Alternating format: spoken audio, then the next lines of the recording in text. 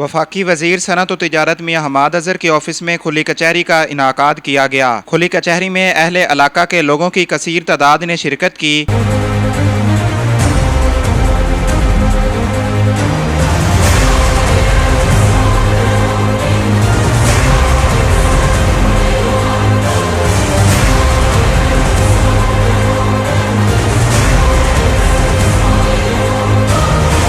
हमाद अजहर ने लोगों के दरपेश मसाइल को फौरी हल की यकीन दहानी करवाई। Additional general secretary UC 93 Asif Abbas मोमिन यूसी 93 की नुमाइंदगी करते हुए वफाकी वजीर सनत व तिजारत को अपने यूसी के मसाइल से आगाह किया। न्यूज़ आप से गुफ्तगू करते हुए मुकर्रीन का कहना था कि मैं आसिफ अब्बास मोमिन यूसी 93 से पाकिस्तान तहरीक-ए-इंसाफ का एडिशनल जनरल सेक्रेटरी के बतौर हम इधर हमाद अजहर साहब की खुली कचहरी में आज तशरीफ़ लाए हैं। हमारे इलाके के जो दरीना मसाइल हैं, जिनमें सीवरेज है, डिस्पेंसरी है, रोड कट का मसला है और दूसरे जितने भी पेचीदा मसाइल हैं, उनके हवाले से हमने आज तहरीरी तौर पर दरख्वास्तें गुजारी हैं खुली कचहरी में। उन्होंने मुख्तलिफ़ महकमों को ये दरख्वास्तें अरसाल कर दी हैं और हम उम्मीद करते हैं कि मियाँ हमाद अजहर साहब इंशाअल्लाह बंद पार की जो पसमानदी है उसको दूर करेंगे।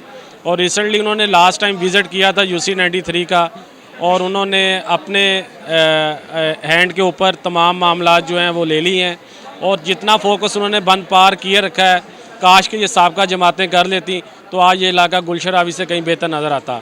मैं मियाँ हमाद अजहर साहब को मुबारकबाद पेश करता हूँ कि उन्होंने खुली कचहरी लगाकर अपने हलके के मसाइल को जांचने का एक बहुत बेहतरीन एक अमली मुजाहरा किया है। अगर ये मामला हर हफ्ते या 15 दिन बाद हो तो इलाके के मसाइल इंशाअल्लाह उनकी दहलीज़ पर ही हल हो जाएंगे। हमाद अजहर के दफ्तर की खुली कचहरी के सिलसिले में यहाँ आया हूँ अपने इलाके के मसाइल के हवाले से। हमारे आबादी के सामने जो बंद रोड पर न्यू खां अड्डे के सामने कट है, वो 3-4 हज़ार आबादी जो है ना वो मुश्तमिल है और वो कट इन्होंने बंद किया है। और वो कट बंद होने की वजह से जो एमरजेंसी है, कोई एम्बुलेंस है, कोई एमरजेंसी है, हमारे लिए बहुत बड़ी दुश्वारी है।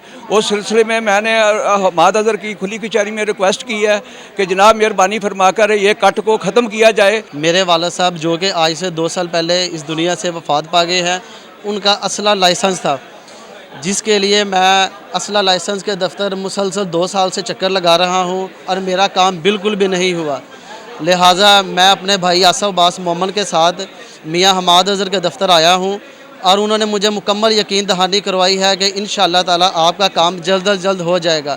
और उन्होंने फ़ौरन डीसी लाहौर को मेरे दस्तावेज़ात की मेल कर दी है और मुझे बहुत उम्मीद है कि मेरा काम अब जल्दी हो जाएगा। उस तरह ये लोग एक्सपोज भी होते जा रहे हैं और घेरा भी तंग होता जा रहा है, क्योंकि आपको पता है सच को छुपाया थोड़ी देर के लिए तो जा सकता है लेकिन हमेशा दबाया नहीं जा सकता।